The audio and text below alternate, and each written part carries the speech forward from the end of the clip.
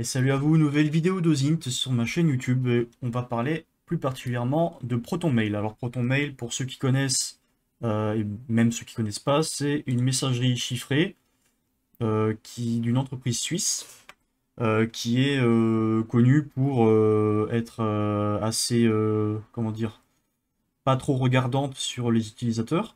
Alors, qui dit pas trop regardante veut pas dire qu'on peut pas se faire choper évidemment. Et ils sont aussi connus pour à leur VPN. Voilà. Ils peuvent fournir aussi un VPN. Alors, ici, vous pouvez voir il y a un tool qui avait été créé par Pixel Bubble, qui s'appelle ProtoSint, et qui est vraiment très connu quand on veut faire des recherches au niveau de ProtoMail, donc sur les adresses mail. Le problème, c'est que ProtoSint, depuis 2021, alors déjà, l'outil, qu'est-ce qu'il fait? L'outil, il peut check trois trucs. La validité d'une adresse ProtonMail. Donc en gros, il va juste faire une regex dessus. On peut le voir ici au niveau du code source. Il va juste aller chercher une regex pour voir si ça correspond bien à une adresse email. Il va vérifier que l'adresse email existe en utilisant l'API de ProtonMail. Et il y a aussi une autre partie, donc là c'est la deuxième partie du programme. En fait, on va lui donner par exemple le nom, le prénom, tout ça, et lui il va tenter de générer des adresses aléatoires, enfin plus ou moins aléatoires, pour tenter de voir si elles existent vraiment. Et la dernière partie, c'est vérifier que l'IP qu'on lui donne est bien affilié au VPN de ProtonMail. Alors là, c'est simple pour celui-là, il va juste, regarde, on va voir, hein, on va aller voir manuellement. En fait, il va juste faire appel à l'API ProtonMail, qui va nous renvoyer une liste de tous les points de sortie des VPN qui s'utilisent. Voilà, donc c'est un JSON. Là, si on regarde, alors ça prend un peu de temps parce que ma VM est en PLS. Serveur, hop, voilà. Le point de sortie, c'est là, donc en gros, il va checker. Puis là, vous pouvez voir qu'il y en a plus de 2000 de points de sortie d'adresse IP. Donc il va check dans toutes les adresses IP de sortie si on a celle-là. Alors ça veut dire qu'on est sorti de ce point de VPN là, et donc on fait partie, enfin que notre adresse IP est une adresse de VPN de ProtonMail. Voilà, donc là c'est ce qui check. Et nous, la partie qui nous intéressait, c'était celle-ci. Donc voilà, pour vérifier qu'une adresse existe ou pas au niveau de ProtonMail. Donc avant, on faisait appel à cette adresse, à cette URL là, donc au niveau de l'API ProtonMail. Donc classique avec search égal et après on met le string qui correspond à notre mail. Et en fait, dans le code, on avait soit ce retour-là, avec un 1 et un 0 qui voulait dire que c'était pas valide, ou un 1 avec un autre 1 qui voulait dire que c'est validé. Alors, malheureusement, comme il l'a expliqué depuis 2021, ce n'est plus possible, parce que même si l'email n'est pas valide, ça renvoie toujours les mêmes résultats, mais avec un timestamp random. On peut faire le test. Ici, vous pouvez voir que j'ai mis une adresse email qui était totalement random, c'est impossible qu'elle existe. Je peux rajouter des machins, des caractères spéciaux, des trucs, bon bref, voilà. Hop, ça renvoie toujours info 11, même si ça n'existe pas. Et du coup, le timestamp, c'est ici. Normalement, on peut voir la date de création de l'adresse mail, mais du coup, c'est aléatoire. Alors, il faudrait vérifier si on met vraiment une adresse email qui existe et est-ce que le timestamp, c'est vraiment celui de la création de l'email. Bon, on peut voir ça tout de suite. Vous pouvez voir que pour faire les tests, je me suis juste créé une adresse mail là, uniquement pour cette vidéo, et on peut voir, on va pouvoir check, hein, on va voir ça ensemble. Ok, donc le timestamp, c'est ça. Time stamp converter, il y a des trucs en ligne parce qu'en fait le timestamp c'est juste une chaîne de pas une chaîne de caractères, une chaîne de nombres, de chiffres qui correspondent en fait à la date depuis c'était quoi, c'est des 1970 je crois. Ah ok, petit truc là, convert. Attendez, est-ce que c'est celle-là? Ouais, le 15. Ouais, c'est la vraie. Ok. On est 7, j'ai créé un... Ouais, ouais, ok. Alors, timestamp, c'est toujours le bon. Par contre, le problème, c'est que si on ne sait pas quand cette adresse email-là est créée, c'est compliqué de savoir quand... D'ailleurs, ça m'a donné une idée pour après, mais bon, on verra plus tard. Voilà. Donc, en fait, le problème de cet outil, c'est qu'il fonctionnait, mais maintenant, il ne fonctionne plus parce qu'on n'est plus capable de savoir si une adresse email existe ou pas. Et c'est à ce moment que je viens à la rescousse, puisque ici, il le dit que... Alors, on peut quand même tester la validité d'une adresse mail, mais il faut directement aller sur notre mailbox et aller mettre l'utilisateur, enfin le mail, pour voir s'il existe ou pas, et ça nous dit si cette adresse est déjà utilisée ou pas.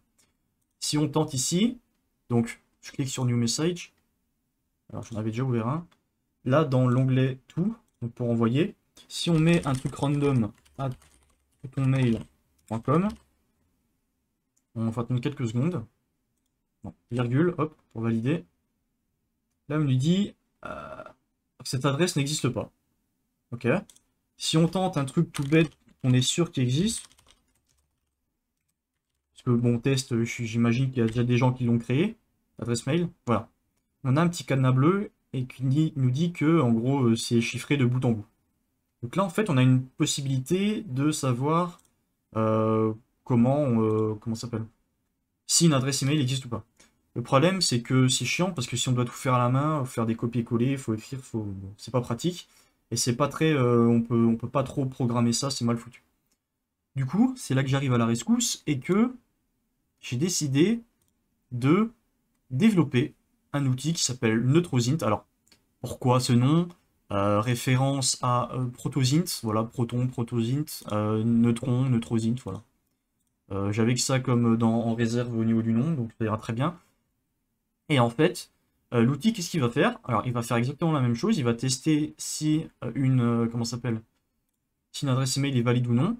Mais au lieu de se baser sur l'API qui maintenant, elle, ne fonctionne plus, j'ai utilisé Selenium, donc qui est très connu au niveau des librairies Python, qui va nous permettre d'émuler un navigateur et de faire en sorte que, comme si c'était nous qui cliquions sur les éléments pour vérifier. Alors, le texte, comment ça s'appelle? Le code n'est pas très grand, il fait un peu moins de 200 lignes. J'ai essayé de faire un truc assez propre avec une classe et tout. Et en gros, qu'est-ce qu'il va faire? Alors, ce qu'il va faire, c'est que, premièrement, il va se rendre sur ici. On va cliquer sur Sign In pour se connecter. Donc on va être redirigé vers icon.proton.me/login. Alors le language, on s'en fout un peu, c'est en fonction de là où on est. On arrive sur cette page de login. Si on prend exemple, alors là vous avez l'exclusivité vu que je n'ai pas encore sorti l'outil, donc vous le verrez en premier. Là on peut voir que du coup, je me rends sur pour se connecter, sur l'URL pour se connecter, donc c'est exactement celle-là. Ensuite, qu'est-ce que je fais? Ce que je fais, c'est que je vais essayer de récupérer les champs username et mot de passe pour se connecter. En gros, ici, qu'est-ce que ça va faire? Ça va cliquer ici, paf. Ça va ajouter le username qu'on va lui donner. Ensuite, ça va faire pareil pour le password. Donc, paf, ici, ça va cliquer. Ça va lui donner. Et ensuite, ça va submit le form, ça va faire sign. Voilà, donc là, c'est là pour la première partie. Une fois ça s'est passé, on atterrit sur notre mailbox, ici. Prochaine étape, maintenant qu'on est connecté, on va cliquer sur le bouton New Message, on clique dessus, ça va nous ouvrir une nouvelle fenêtre. Voilà, donc ça c'est pour cliquer sur le bouton. Je vous expliquerai un peu après à quoi ça correspond, ces trucs-là, les trucs moches comme ça. Et ensuite ici, on va récupérer l'élément tout, donc qui est ici, on clique là, et là, après, on va checker tous les mails, donc avec une boucle. On va ajouter tous nos mails, on va regarder du coup, justement, comme je vous l'ai montré juste avant, si on a le petit cadenas bleu ou pas. Et avec ça, on va pouvoir définir si l'adresse est valide ou pas. Voilà, donc le script est assez simple, mais il est fonctionnel parce que j'ai regardé sur Google et l'un des seuls outils déjà qui utilisait Proton, enfin qui faisait de l'osine sur ProtonMail, c'était ProtoSint. Et malheureusement, il ne fonctionnait plus pour tester si une adresse email est valide. Apparemment, pour le timestamp, il fonctionne encore. Et pour tester la validité, enfin si notre adresse IP fait partie du réseau VPN Proton, ça fonctionne aussi également. Et du coup, je pourrais rajouter moi ici, au lieu de juste mettre c'est valide, si jamais c'est valide, rajouter la date de création en utilisant le timestamp qu'on a vu avant avec l'API. Il faudrait que je rajoute ça. Bon bref, il y a encore des améliorations à faire, mais c'est le truc de base. Et maintenant, si on fait un petit test, alors évidemment j'ai créé un compte pour l'occasion. Et quand la vidéo sortira, le compte n'existera plus. Donc ça sert à rien d'essayer de vous connecter. Hop, voilà, ça peut ressembler à ça. Alors, on appelle... Alors, forcément, il y a... si j'ouvre... Voilà.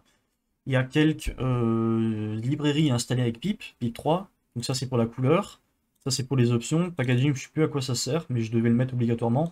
Et les deux là, c'est pour que Selenium fonctionne correctement. Donc là, l'outil, on a le "-u" pour mettre le username, le petit "p" pour le password, et "-e" pour tester une chaîne de caractères en particulier. On peut aussi, au lieu de faire "e", faire un "-f" et ajouter un fichier texte qui contient ligne par ligne toutes les adresses email qu'on veut tester. Donc si on regarde le data.txt, en fait c'est juste voilà, une liste d'adresses email à tester. Alors l'outil, si on veut tester qu'une seule adresse email, il n'est pas très utile. Par contre, cependant, si on doit tester une multitude d'adresses mail, c'est beaucoup plus utile. Aussi, dans le code, ici on peut voir qu'il y a beaucoup de sleep time, enfin time.sleep. Il y en a ici, il y en a ici. Et j'ai mis de base à 16 secondes d'attente entre chaque. Alors ça peut paraître beaucoup, mais le problème c'est qu'avec Selenium, si vous le faites manuellement, en fait ça émule vraiment un navigateur. C'est-à-dire que si vous connectez, vous faites en sorte que votre script Python va cliquer sur un bouton, par exemple le sign in, c'est pas en une demi-seconde que ça va se connecter. Il y a peut-être un logo qui va tourner pendant quelques secondes, le temps que ça fasse appel au back-end, etc. Et du coup, ce temps-là, on peut rien faire et on est obligé de sleep le script en attendant que ça se fasse. J'ai essayé de jouer un peu avec le temps. Quand c'est autour de 15, ça fonctionne. Si on descend plus vers 12 ou 10, il y a des erreurs, ça marche plus. Parce que ça n'a pas le temps de charger. La page n'a pas le temps de charger. Donc voilà, donc j'ai laissé comme ça, à vous de jouer si vous voulez, vous de jouer avec ce petit paramètre si vous souhaitez faire des choses différentes, ou si vous arrivez à régler le problème par vous-même, pourquoi pas. Voilà. Ici, c'était, du coup, c'est un truc bizarre qu'on appelle un XPath, et en fait, c'est pour récupérer l'adresse, enfin, où se situe un élément dans une page. Par exemple, là, si je vois le new message, le bouton, je veux récupérer ces coordonnées, je vais dans inspecter. Donc là, il y a forcément le F12 qui s'ouvre, la petite fenêtre. On attend que ça charge parce que forcément ça prend du temps. Hop, une fois que ça a tout chargé, voilà. Donc le bouton, il apparaît ici. Sauf que le problème, c'est que vous voyez, il est dans des divs, dans des divs, dans des divs. C'est un peu le bordel à trouver. Et pareil, la classe, des fois la classe ne permet pas, enfin toutes les classes ne permettent pas de définir vraiment un élément. Parce qu'il peut y en avoir des identiques, etc. Donc là, en l'occurrence, on peut copier XPath. Et le XPath, en fait, c'est ce qu'on retrouve ici. Voilà. Donc en fait, ça, c'est l'élément pour définir le bouton en lui-même. Ça, c'était pour le tout, comme on l'a vu. J'ai laissé des commentaires aussi pour ce lisible, et ainsi de suite. Et en fait, ça permet directement de définir sans trop se casser la tête. On fait un clic droit copier, on a directement le lien vers l'élément qu'on choisit. Si jamais vous ne savez pas comment utiliser le script, vous pouvez faire un -h. Voilà. Donc on est obligatoirement obligé de se connecter avec un username, un mot de passe. Ça c'est obligatoire, on ne peut pas faire autrement. Ensuite on spécifie soit un -f avec le fichier qui contient les adresses mail, soit le -e. On peut faire, donc E c'est juste pour check une seule adresse email. Je n'ai pas fait de vérification sur le type d'adresse email, si les adresses email étaient conformes ou pas. Bon, j'imagine que l'utilisateur n'est pas trop con. Le -o, c'est si jamais on veut écrire les résultats finaux dans un fichier de sortie. Et on peut utiliser le -P pour passer via un proxy et pas faire via directement notre adresse IP à nous. Alors ça, c'est pas très utile.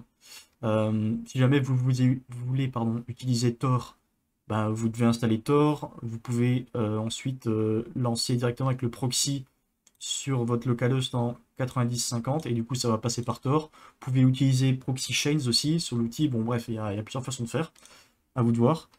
Mais je suis pas sûr que ce sera l'option la plus utilisée. Et du coup maintenant, si on veut faire un test et qu'on lance ça, alors là, évidemment vous voyez mon mot de passe, mais comme j'ai dit, c'est un truc random que j'avais créé, c'était pour ça. Et du coup, ce sera supprimé une fois que j'aurai uploadé la vidéo. Donc on va lancer l'outil. Alors vous normalement, quand vous lancez l'outil pour la première fois, alors si vous n'avez pas les librairies, du coup, vous aurez un message d'erreur, il faudra faire le pip, c'est pip install-r requirements.txt, le fichier requirements que je vous ai montré juste avant. Là, ça peut prendre, et vous aurez une barre ici qui va charger pour installer le WebDriver correspondant. Donc là, je vais utiliser Chrome. Donc voilà, ça peut prendre un certain temps. C'est pour ça que je dis qu'en fait, l'outil doit prendre, je sais pas moi, on va dire 40-45 secondes pour tourner. Si vous testez qu'une seule adresse email, ça vaut pas le coup. Autant vous connecter directement et chercher à la main comme ça, ce sera plus rapide. Par contre, quand vous devez tester un grand nombre d'adresses mail, c'est toujours plus sympa de le faire directement comme ça via un outil. Je crois qu'aussi, au niveau de Selenium, je sais plus s'il faut... Il faudrait que je vérifie. Est-ce qu'il faut avoir le binaire Chrome ou est-ce que ça suffit d'avoir le WebDriver? Je suis pas sûr. Voilà. Donc là, on peut voir que ça a checké les emails, bidule, et nous a montré que le test protonmail.com était une adresse email valide, random aussi, et toutes les autres n'étaient pas valides. Voilà, c'est un petit outil comme ça. J'en ai pas vu encore d'autres directement sur GitHub. Peut-être qu'il en existe. En tout cas, j'ai pas trouvé. Donc ça remplace un petit peu l'ancien qui ne fonctionne plus au niveau de tester pour tester les adresses mail valides. Voilà, j'espère que cette vidéo vous aura plu. Elle n'était pas très longue. Je vous mettrai le lien dans la description pour aller retrouver directement l'outil. Je ne sais pas s'il sera sorti entre temps. Peut-être l'améliorer encore un peu. Et voilà, si la vidéo vous a plu, n'hésitez pas à laisser un pouce bleu, à vous abonner pour être au courant des prochaines vidéos. Et je vous dis à la prochaine. Allez, bye bye.